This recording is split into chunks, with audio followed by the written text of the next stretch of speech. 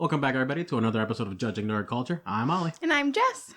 So, before we get started, just a quick message from Steven, our Patreon subscriber. And his message is, "Hey, Chris, eat my whole ass." The whole thing. The whole thing. I love you, man. So, beautiful message. Absolutely inspiring. I feel like we should have had, should have had something big. Some sort of big... You should put explosions in. I'll try and make some words come up and some explosions happen. We'll see what happens in the YouTube video version.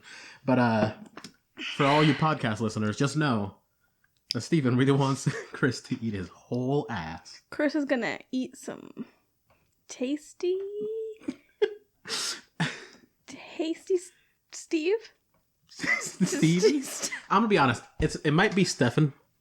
I'm never... Let us know how to pronounce your name correctly so that you don't unsubscribe. I keep hearing... I've always read Stephen as Stefan. But during my short stint as working as a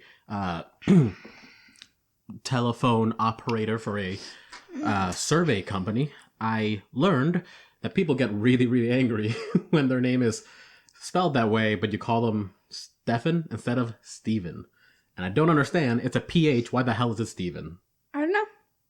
Let's ask Steven. Let's ask Steven. Or Stefan.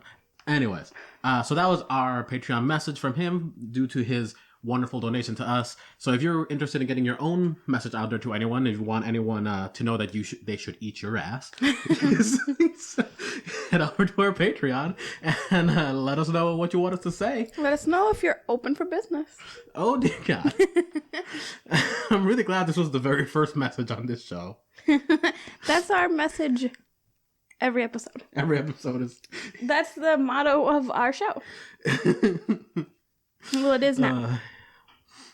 Eat ass, get money. That's the message. It's the motto. So, anyways, if you're interested, go to Patreon. You can find all our different tiers. If you don't want to pay that much for something, there's also smaller tiers that give you a little something.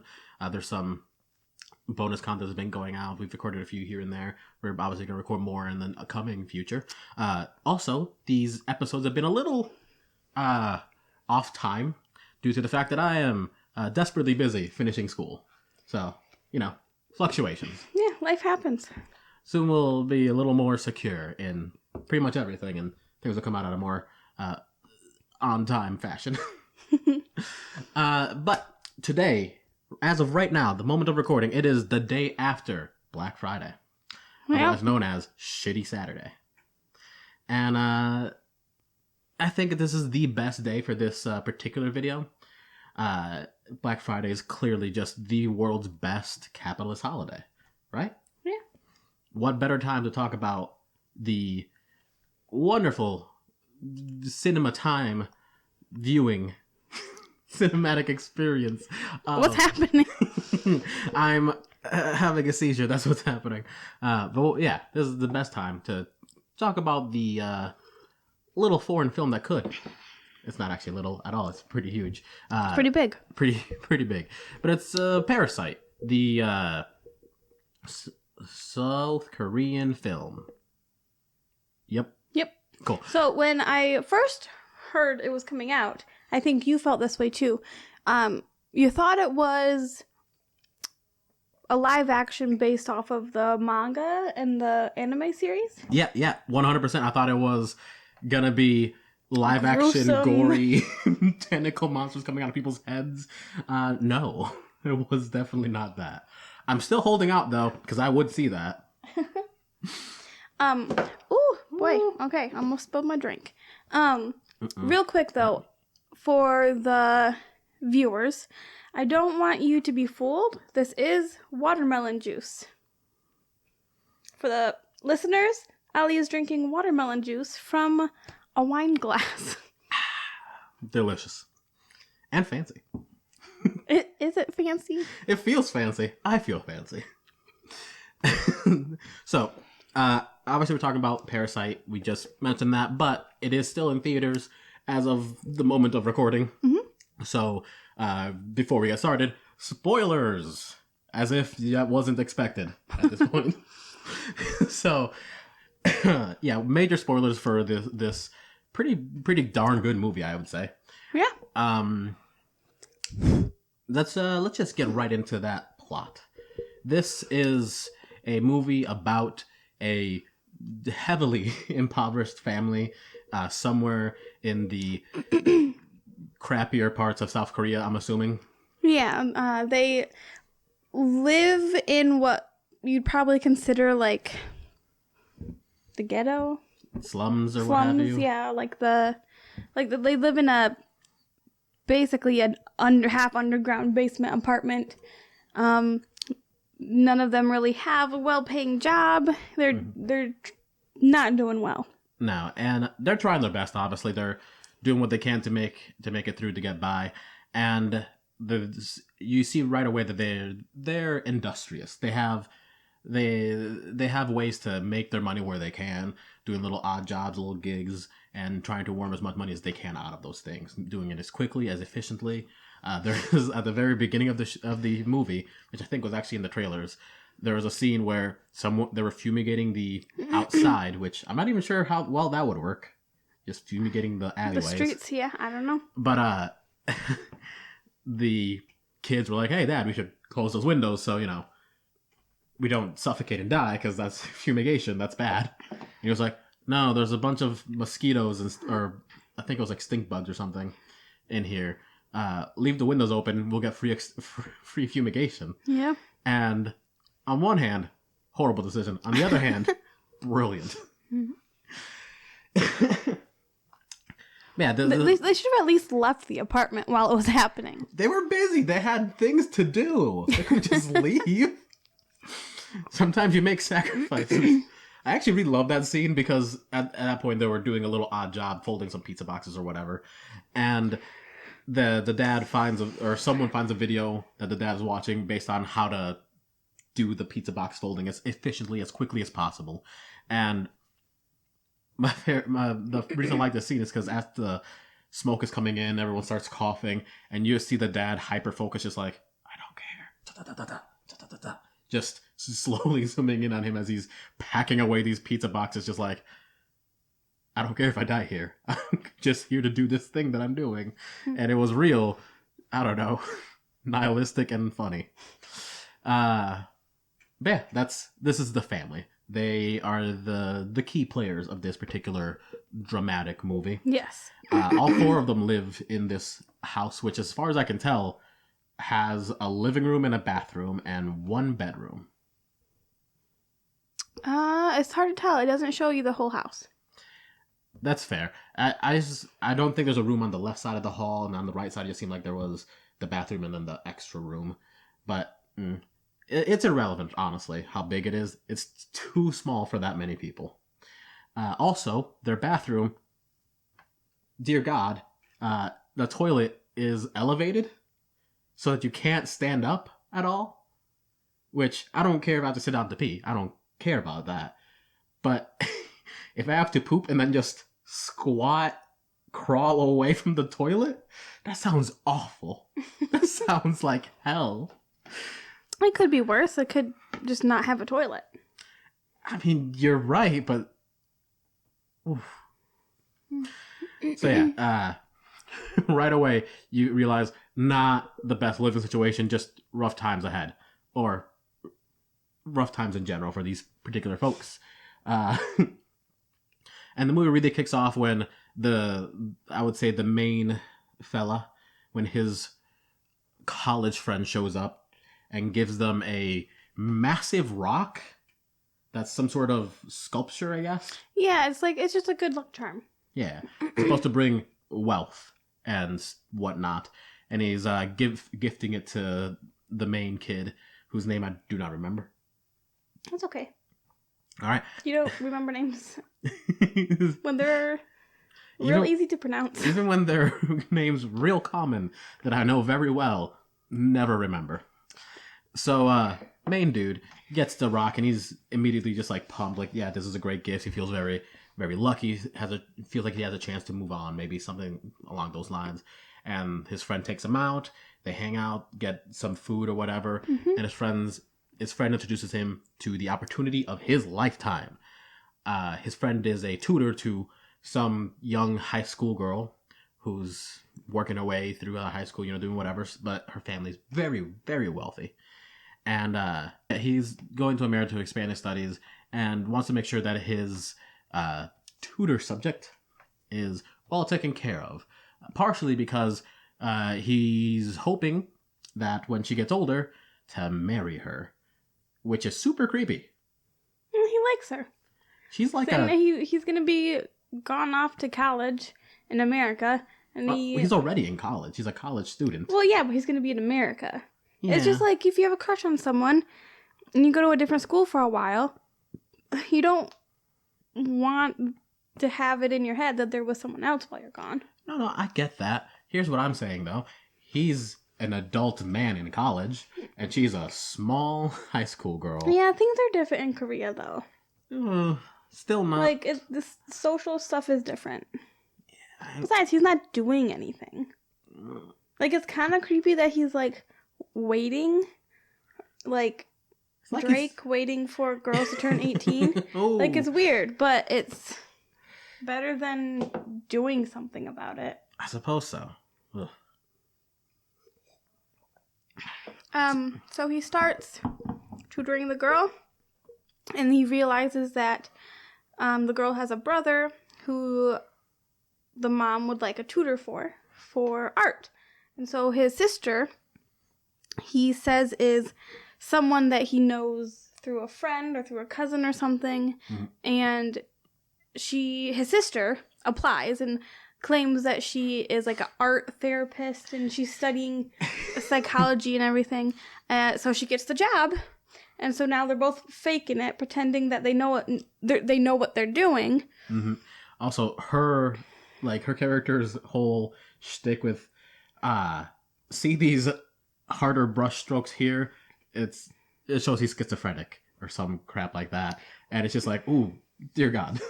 Well, I mean, we don't know anything about art therapy. Oh, no. So, I mean, maybe she looked some stuff up, and maybe that is signs of different sorts of common indicators. Maybe it is. Maybe it is. I don't know. After getting his sister involved and her convincing the mother that the child doesn't just need an art tutor. He needs an art therapist. He needs twice weekly, many hour-long sessions to make sure he grows up to be the best boy he can be. And which really is just her trying to get as much money as she can from these 2-hour-long sessions. Mm-hmm. One of the first things they mention is like, this is going to be very expensive. The mother does not care. They have so much money. And she's in. They've got 2 people on the inside now making them wages. Also, this family that they're essentially swindling, so wealthy. They live in the middle of a city, but you can go into their little gated house, and in the upper part of that house, where the house actually is, it's just a yard fenced in by trees, as if it's not in the middle of a city somewhere. Yeah. It's beautiful. It's just luxurious all the way around. And they immediately take a liking to this situation. So they try their best to get a little more. Yeah, they're going to try to incorporate their parents. Exactly. So unfortunately, there's not a whole lot of positions open, not a whole lot of other jobs that need to be done. So they decide the current workers, fuck them. Yeah, I mean, they've been working there long enough. They have enough experience and money. Yeah, they've made their money. It's time for it's their turn now. So she subtly and very sneakily plants her panties underneath the seat of the driver's car, so that the father at one point finds it and decides, oh no, this man had sex in my car. I'm gonna fire him. Although it gets a little wacky when the father and the mother, when the father and mother of the rich household, start talking about this particular incident, and he's just like, I found these panties. Oh my god, he had sex in my thing. And she's like, oh no, that's weird. The father immediately goes, and who just forgets their panties? Maybe he raped someone. And or maybe he was on drugs. Yeah, maybe who knows all this wild shit. And she's like, that's some leaps. But, I mean, I imagine people who are wealthy and have always been wealthy assume a lot of things about people who aren't so wealthy. They assume, oh yeah, they're definitely going to, all of them do cocaine. That's why they're poor. Specifically crack cocaine. The good stuff, that's rich people still. Yeah. But yeah. Immediately thinks the worst of this driver that they've worked with for years. Even though, whatever. And they fire him. And lucky for them, I think it was the daughter this time. Yes, the daughter. She, her dad or her uncle used to have a driver that was really loyal and knew his stuff. But her uncle, conveniently, moved overseas to America, and the driver retired. But if she tried, she could probably get a hold of this driver for her new employer. And so she just goes home and tells her dad, hey, you used to drive a fancy car, right? For one of your side jobs. And he's like, yeah. Yeah, this works. Yeah. Which I don't remember what he said, but it definitely wasn't a fancy car he was driving in that other job. No. But that's okay. It works out. Yeah, because they did train. They did practice by going to like a fancy car dealership and just jumping from car to car. Yeah. Looking at the controls, seeing what they're up against. Yeah. This is what I'm saying. Industrious as hell. Just like, all right, we don't have a thing to actually practice on. Let's just go to a dealership, and when they tell us to move, we move next car, check out YouTube or whatever, figure out all the buttons. I'm going to know this car inside and out. I think they're just splendid people. Yeah, they're, for certain people to say that poor people aren't trying very hard, these people are trying so hard. So hard. They might not be going to school. They might not be doing it by getting a respectable job, but they do have now a respectable job, just they got it in fishy kind of way. But they're still working hard to keep it, and they're working hard to know the stuff. And they seem to be doing a good job. The girl's learning English. The boy is experiencing art. Like even though the swindling daughter, the main daughter character, even though she's not a teacher or whatever, she is pretty darn good at art. I imagine she's guiding him through, like, yeah, let's get drawing, let's do stuff. Yeah. That helps. That leads kids to draw more and to imaginate. That's not a word. That's not a word. It's definitely a word. Yeah, so far, mom, dad, sister, brother, they're all inside the house. The last person is mom. Mm-hmm. And this one's kind of sad because the last person left of the original crew is the housekeeper. And she's really sweet. She's a really nice lady. Yeah. She really loves the son, the youngest boy. Just they play together all the time, and it's just real tender, beautiful shit. And that's gonna end because they can't get their mom in there if she's still there. They find out that she has an allergy to peaches, and they use that to make her continue to have reactions. Yeah, they force allergic reactions on her so that they can.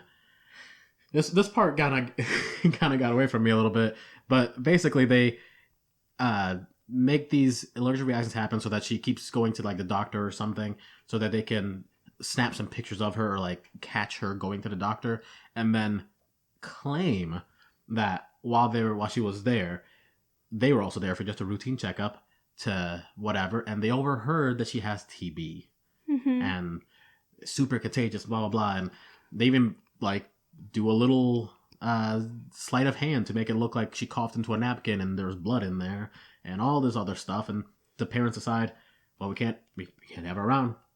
Our kids can't get TB, which that is bad. That is bad. So they fire her too. This poor woman who's been with them since the beginning, because apparently she had been there before they were there, before the rich family had gotten there. She had worked for the architect who actually designed and built the house. And she was a holdover from that time and stayed. So she'd been there entire time they've been there. She's been their housekeeper. Yeah. And she's gone. She even lived there, I think. I'm pretty sure, yeah. Yeah. So, like, she became immediately homeless.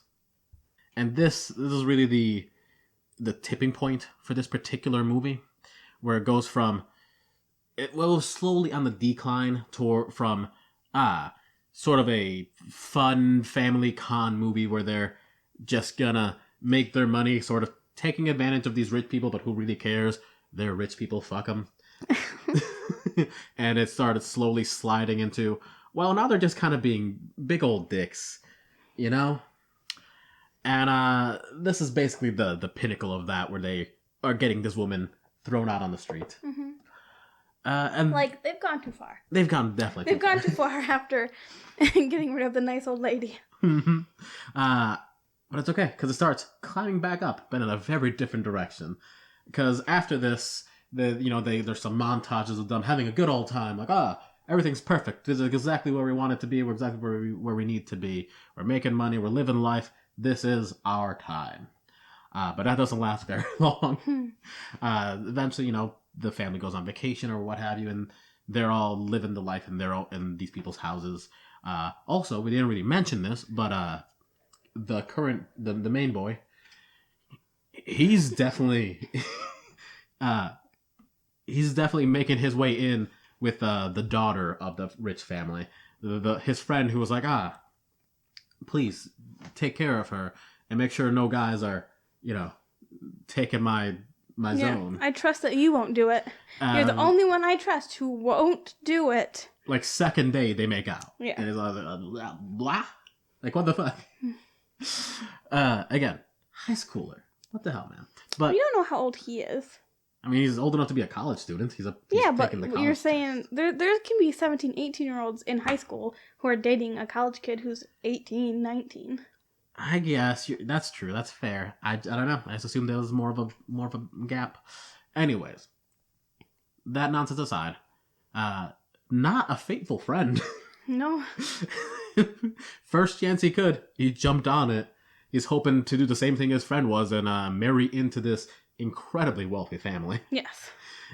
And but his friend is wealthy, it seems. Yeah. At least middle class. He's doing better than he was, yes. At the very least. And this is where they're at. The kid, they're all living there for this weekend while this family's gone, and they're having a good time, and it's a little weird, and the boy is even reading the girl's like journal to make sure he can be the best boyfriend that he can be, to sort of make sure that he can like clench that marriage. Yeah. And that's gross and creepy in a different way. But again, industrious, right? No? Yeah, didn't think so. While they're on this little happiness montage of we've made it, the old maid, the old housekeeper, she shows back up in the pouring rain, and it's a little bit like, ooh, if they let her in, she's gonna stab them. Isn't it? Yeah, it's something weird is going on. Mm-hmm. She's got a real manic energy about her. But she's also like got a swollen black and blue eye. Like, she's been in a fight. Yeah, she's got a split lip. Like, something happened, and she's back to do something about it. She's here to get revenge because she got beat the fuck up. And for some reason or another, they decide to let her in. Mm-hmm. Which I understand. If I was in that situation, I probably would have let her in too, because like she does look just real unfortunate. I would have felt bad. And when they let her in, she starts, doing some things, trying to collect some things she forgot. Turns out the thing she forgot was an entire husband in the sub-basement of this house. Because like many South Korean homes built in the blah, blah, blah, blah, blah, it has a hidden bunker in case of nuclear war. That good old chestnut. And down there lives her current husband. I almost said ex-husband for some reason. Who's been living there the entire time. Yeah, like 10 or more years. So long. Yeah. And they basically were doing the exact same thing that the story revolves on this family, but this lady and her husband were basically doing the exact same thing that they were doing, grabbing onto this rich family and trying to garner as much wealth as they could from them and live through or around them in a way that's beneficial. Yes. Which maybe that's, a bit of the namesake, Parasite. Poor, disgusting, lower class people leeching off of the rich. Yeah, I'm pretty sure that's what it means. Yep. That's a whole bunch of hooey. That's a whole bunch of nonsense. But that doesn't matter. Because now that they've discovered this, just an escalating railroad of just craziness happens. They start fighting over everything, just like trying to get these people out of here, trying to keep people from noticing what's going on, and the old housemaid and her husband figure out that these people were lying, and then they start fighting about who's gonna tell the people who own the house what's actually going on, who's gonna go to prison if the person tattles on the other one, and so on and so forth. And it's just a whole mess, and they just beat the crap out of each other as the family's coming home a little early. And it involves a pretty bad blow to the mother, or to the old housekeeper. The mother just fucking Sparta kicks her down the stairs and she cracks her skull open. And it starts to get real dark now. Mm-hmm. It starts to really get to the point where you're like, oh, they will murder to not be caught. They will kill to maintain this small glimpse of wealth. Yeah. I mean, some people would rather do it that way than be stuck in the gutter. Yeah. And I'm here to say I don't blame them. Yeah. So everything gets real dark from here. There's a scene with the husband who's been living down in the sub basement in the bunker, watching his concussed wife slowly bleed from her head and die. And it's just like, oh. Yeah. Oh, God. Yeah, so the movie goes through a roller coaster of emotions. Because, like, at first you think it's going to be... Well, for going into the movie, I thought it was something completely else. But, it's kind of not a comedy, but it's lighter. And you think maybe it'll be like a suspense or whatever. Whoops. But then it gets kind of sad and kind of dark, and then it lightens up a little bit. Then it gets really dark. Then it gets real dark. Yeah, at this point, the mom, she's the housekeeper, so she's living there. But everybody else has to leave. So they, very sneakily, they leave. And it's pouring rain outside. It's like a torrential storm. Yeah. It's flooding everywhere. And they have a basement apartment.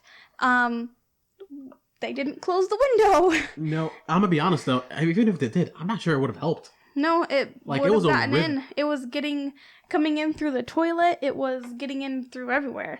Yeah, it was a literal river in the area that they were living in, mm-hmm. in the alleyway. And so now you're thinking they can't go back because they don't live at that place. They just work there. And besides, there's in the basement where they could have lived, there's the enemy. The enemy, not really the enemy, but the competition. Yeah. And then they can't go back to they can't go back to their regular home because there's nothing there. There's nothing there anymore. So they go to the father, the son, and the daughter go to a gym where everyone from that little part of town is staying because their homes have been wrecked. And in this scene in particular, the son is kind of sad about everything that's happening, and he asks the dad if he has a plan. He wants to try to fix things, and he's really sorry that he got his whole family mixed up with this family, the rich family. And the dad says, I told you I had a plan, but really my plan is to not have a plan, because if you don't have a plan, you can't be disappointed in whatever happens. And it's really dark and sad, but at the same time weirdly inspirational and like it's creative for this kind of show. Yeah, it's got some real dichotomous energy. On one hand, ooh, that's sad. Like, ooh. Yeah, like you could take it as, oh, he really depressing because you don't want to have a plan because you don't want to be heartbroken. But at the same time, it can be freeing and inspirational because you don't have a plan. You can be spontaneous. You can have adventures. Yeah, you don't know what you're gonna do next. Just take your shot. Who cares? Let's give it a try. We don't need to plan it out for years in advance. If you see an opportunity, take it. But there is still the opposite side of like, they're not gonna prepare because what's the point in planning? Yeah. And it's real sad. It's inspirational and sad at the same time. It's interesting. I like it a lot. Unfortunately, there's no rest for the impoverished. Next day, they get woken up and it's time to get back to work. Yeah. They have to go to this little girl's birthday. Boy's birthday. You have to go to the little boy's birthday, which is Native American themed for whatever reason. He's just super into it. I mean, it is what it is. It is what it is. It makes sense. Like, there are super K-pop fans over here. Why wouldn't there be fans of Western cultures over there? It all makes sense. And during this time, they're scrounging through these clothing piles that people have collected, donations, emergency care sort of things, trying to piece together presentable outfits for the scenario. And they eventually get what they can. They get back to work. They get back to the rich people's house, and they're just gonna take it one step at a time and try to get things back to where it's supposed to be. But they also have to figure out what to do with the people in the basement, and it sort of starts to feel a bit like maybe there's hope, but it's a real stifled, just, I don't know where this is going, but maybe they'll make it out. Maybe there's hope. Maybe. And you can see it on the characters. Like, the son, he's not broken or anything, but just like kind of disappointed with the world and himself. He doesn't really, he's talking to the girl that he's tutoring at one point. It's like, do I belong here? Do I fit in with these people down there at this party? I don't. Like, he's sort of coming to that understanding, like, these people are somehow different. Mm-hmm. And like, I identify as a poor person. Like, this is just who I am. Mm-hmm. Sort of realizing, like, even whether it's a social thing or an economic thing, I don't belong with these people. And for a while now, we've seen the father sort of experiencing a similar thing, with the father of the rich household, sort of having little comments here and there that have really gotten under his skin. There's one particular scene in which, well, when they were trying to escape the house, actually, they were hiding underneath this coffee table as the parents were sitting on the couch. They were watching their child sleeping in a teepee behind the house, and the parents were just sitting on the couch talking, and he's like, have you noticed that the driver has a certain smell about him? And just like they kind of all do, all the people who work for them, they sort of smell like the subway. It's just basically talking shit about how poor people smell poor. And you can see the dad just over time slowly grow to resent this man who just looks down on them. And it's sort of it looks like it's starting to pass over to the son, who's sort of beginning to understand, like, these people don't consider us even the same species. We don't really belong with them for various reasons. Mm-hmm. And it's real interesting. It's real, I don't know, gripping to see that whole thing happening. On top of that is the wild drama that's obviously going on in the story, which is coming to a climax right here. This is basically the birthday party, the bookend of this storyline. Because at this little birthday party, the son decides, okay, if I want to protect my family, I gotta make sure that those people downstairs can't tell on us. We barely got past what happened last night, and we need to not let it happen again. We need to figure something out. And he takes it on himself to go downstairs with a big ass rock that his friend got him, and I'm assuming kill those people with it. And real dark, buddy. Yeah, he succeeds. Yeah, he does succeed. In trying. In trying. He makes his way downstairs. And unfortunately for him, the rock is very heavy and he's a very weak child. And the everything falls down. There's a bunch of noise. He's, it's not in the best place. He did not successfully sneak downstairs. But that's fine. The wife is already dead. Convenient.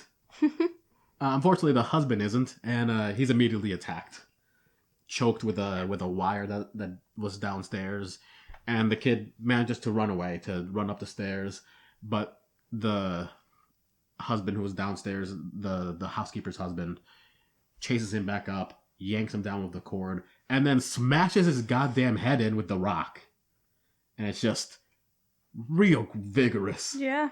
There was even one scene where everything's sort of above or below the screen. Like, you can see him doing the hitting, but you don't really see anything. Until they pull back and he drops it one more time, you see his head bounce, and it's like, oh! Gruesome. That's not great. Not great. But yeah, the husband, from the housekeeper's husband, he's free now, and decides to join the festivities upstairs. This man was already sort of shown to be a bit on the crazy side. He's sort of obsessed with the owner of the house, the guy who the house husband, for whatever reason, is very obsessed with this man. And it's just like, he's the provider. He's the one whose house I live in. And it's very worshipy and kind of creepy and kind of weird. And so from that, you've already kind of gathered that this guy's a little unhinged. He's a little crazy.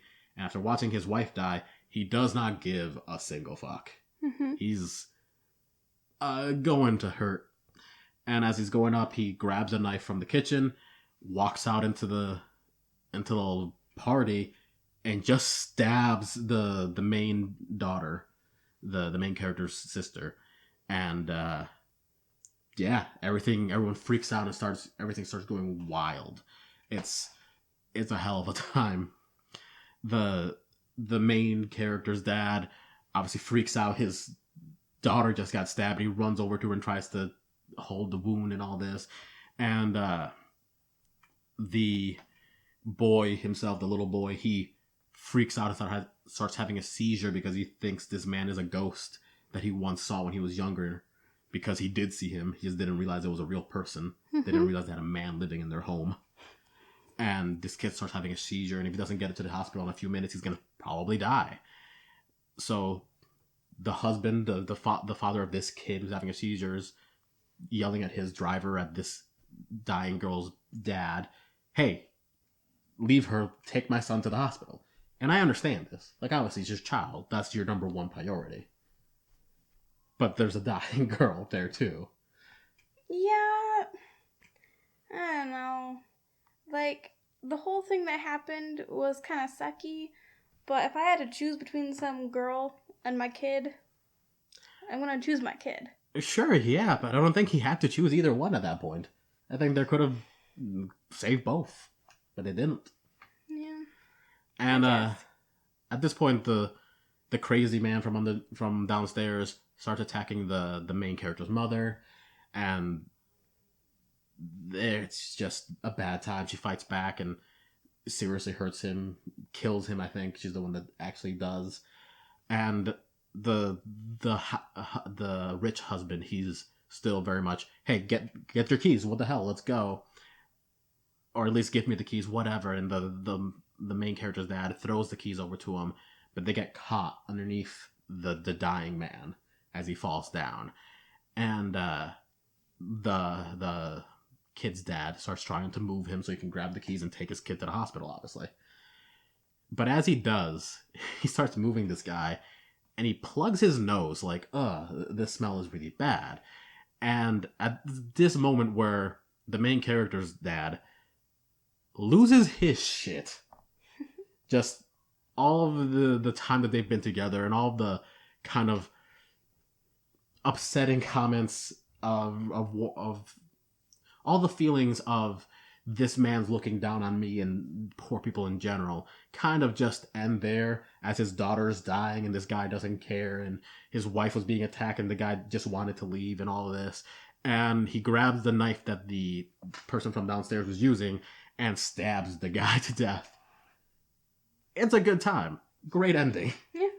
Yeah. He runs away because, yeah.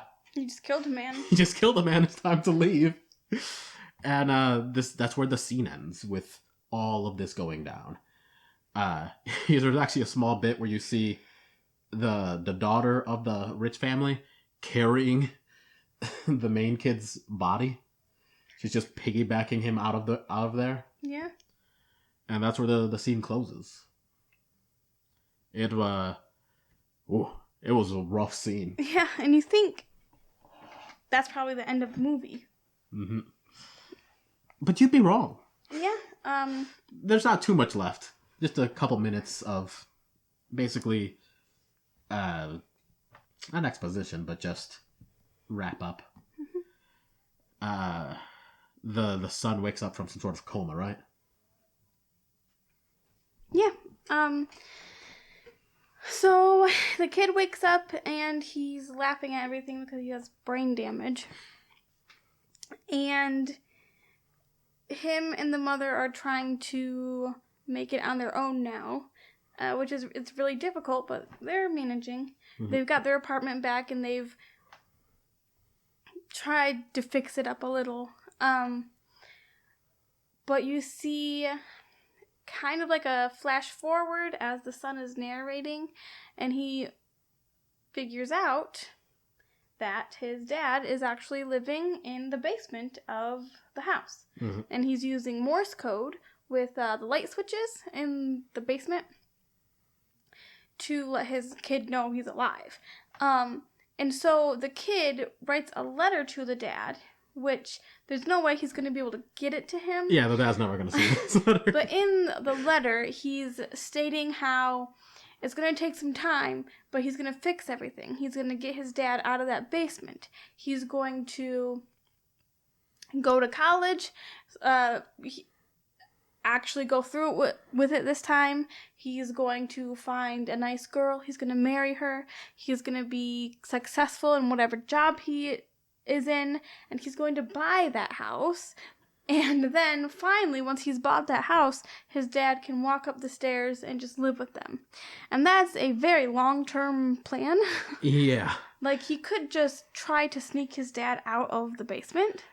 But no, let's go the long way.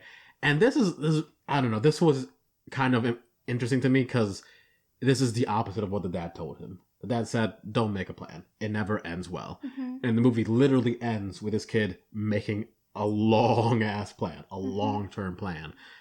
And I don't know, it felt impactful. It felt interesting. And while you're listening to the narration, you kind of just think, like, why didn't he just do this in the first place? Mm-hmm. Why didn't he just go to school like he tried to 3 other times but then decided not to so that he could get a job and, like, help his family? But then you also know it's really hard to do those things sometimes, and sometimes it's almost impossible for people to be able to go to college and work and help their family. Mm-hmm. And this is where I'm having a hard time piecing out where I want to put this movie. Either really darn good or just dumb. Because it's putting off 2 different narratives, 2 different metaphors and ideologies out there right now. One in which these poor people who are legitimately trying their best, at least that's what you see in the movie, is them putting all of their efforts into getting out of an impoverished state. And in one version, they are the parasite to these rich people. In the other format, it's very much the opposite. It's that the parasite in question is the capitalistic mindset, the desire and need for wealth, the fact that poverty exists in itself because of the difference in wealth, because of the wealth inequity, is what causes this parasitic effect. And it has both of these narratives sort of running alongside of each other, where you see that the husband that got murdered, the rich husband, he wouldn't have been murdered if he had respected people below him wealth-wise. Mm-hmm. He wouldn't have been murdered if he was a decent person. But he wasn't. But then on the other hand, you see these rather impoverished individuals taking advantage not only of these richer folks, but also beating down people in their own position to get ahead. And sometimes that's the only way people see the out. Yeah, and that's fair. That's valid. It's just, what I'm saying is that these 2 points sort of seem contradictory. Mm-hmm. And I'm not sure if they necessarily are. They just have that opposing force, which I think is what gives this movie such a sort of visceral appeal when you're watching. Is like, you sort of feel for them. You sort of feel like you kind of hate them sometimes. And it's a very tumultuous sort of emotions as you watch this and as you sort of purse out some of the meanings behind it. And the ending makes it a little less certain. Like, I came out of it thinking, yeah, I'm going with the rich people are the bastards, because that's always my narrative. But the ending makes it seem like if he had just tried harder in the first place, none of this would have happened. And it's like, fuck that. Fuck that entire message. Mm-hmm. So I don't know where I stand, because it really does seem like they were going for one message the majority of the time, and they sort of swerved that at the very end. Well, maybe they're just trying to let the audience decide what it means. Like giving both sides what they want, I guess. Overall, that ending aside, which that's a big thing to set aside, to be fair. But the fact that it is a little more subjective, the fact that you can argue both points, I'm going to say it's still a pretty darn good movie. Yeah, it's so long, but it definitely... Oh, yeah. It's 2 hours, felt like 3. Yeah, it definitely immerses you. Mm-hmm. Yeah, I don't think... The fact that I said it felt like 3 hours, I'm not saying that it was like watching Lord of the Rings where you're like, is it time to go to bed yet? Like, what the hell? Well, I mean, there were times where I was like, come on, like... Fair. This is a little too long, this is dragging on, but there was always something happening. Yeah. Well, my issue was, the reason it felt like a 3-hour movie, it just felt that way because there's basically 3 different chunks of a movie. It's just like, here's the fun, let's con these people kind of romp, and here's the dramatic whatever, and then here's the depressing ending and all this other nonsense that goes with it. And it's just real different. The fact that they're so different in their tone and their aesthetic and their message even made it feel like each one was its own independent movie. But yeah, I still think it was a solid 8 out of 10. Yeah, I would agree with that, I suppose. Yeah, well, I'm glad we're in agreement. I don't think it was my favorite movie. Oh no, I'm not watching it again. It wasn't my least favorite movie. I definitely, I wouldn't watch it again because it was so long and it's just, for me, it's not one of those movies I would watch again. I'm sure if I did, there'd be a bunch of other clues and things and hints and messages and eggs or whatever you want to call them that you would find for protecting what's going to happen in the future of the movie. But yeah, I think 7 or an 8 is a good number. Yeah, I'm going with 8. I'm going on the higher end of my estimation, just because aside from the message that it's trying to give across, I think it did a good job of presenting the messages, even though there was 2 contradictory ones. Both were presented really well, which is weird to say. But aside from that, the cinematography, the movie looked visually interesting. There was always a bit of suspense, even though literally nothing was happening. That's impressive. To literally do nothing for like 5 or 6 scenes in a row and still it feel like something bad's gonna happen. Some shoe's gonna drop. Some shit's gonna hit the fan. Even though nothing has happened at all. That's impressive. That takes work. And I'm not sure exactly what adds to that, how they managed to make that really click, but that's what I felt. So that's why I'm saying I'm giving it a solid B. Because maybe it's not what I would want in a movie. Like, I don't want to watch it again. But what they did real well. And I think those who are interested in this will really get a kick out of it. Also, it's completely subtitled. Well, yeah, it's a foreign movie. I know, I'm just saying. In case anyone wasn't certain, it is completely subtitled. Is that factor into your number? Oh, no. If I factored in, it'd be a C. I hate reading. I'm a dubs over subs man. I appreciate foreign movies. I mean, they're not bad. I just rather listen. Yeah, I guess. I'm just an auditory sort of boy. But I mean, if you don't really like reading books, you're not going to want to read subtitles. That's true. And I definitely don't like reading books. Because I'm illiterate. No, not really. No, you're just one of those people. I'm one of them. One of those people. Listen.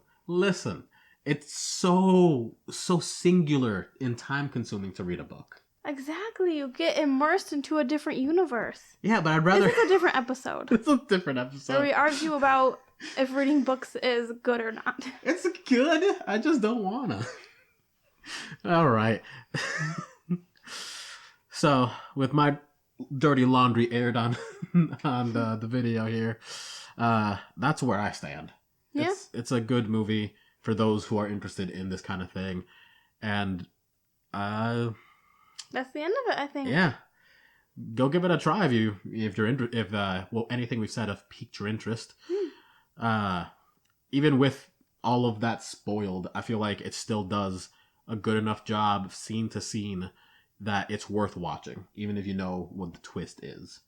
Because during the previews or trailer that I saw the one time, I knew something bad was going to happen. Something kind of ominous and gross was going to happen, but I didn't know what it was. Mm-hmm. And sort of knowing that and seeing what the ending was now, I don't think knowing the ending would have changed my opinion. Okay. Yeah. Yeah. That's it, folks. That's it. All right. We'll catch you next time with something else. Yeah. Bye. Give him a big fat wet one, Chris. Yep. Eat that whole ass, Chris. Bye. I really do love that was the first message on the show.